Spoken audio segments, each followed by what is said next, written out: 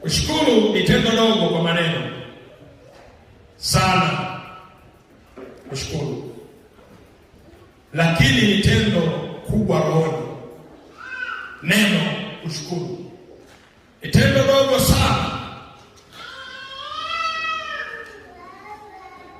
kwa maneno, lakini ni tendo kubwa sana sana katika ulimwengu wa roho. Neno asante ni neno dogo sana kinywani mwa mtu kulisamka, lakini mbele za Mungu ni jambo kubwa sana. Mtu unapomsaidia jambo, unategemea baadaye aje kwako akwambie asante,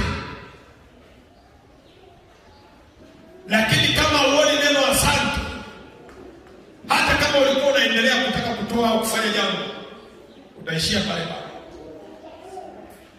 Kwa jambo kubwa tunalojifunza leo ni maneno ya kawaida sana kumwambia mtu na kushukuru, lakini katika ulimwengu wa roho ni jambo kubwa sana. Watu wengi wanaomba, wachache sana wanaorudi kushukuru. Watu wengi wanaomba kwa njia zozote zile wapate vitu au mahitaji yao, lakini watu wengi ni wachache sana wanaorudi kwa Mungu na kumwambia Mungu asante.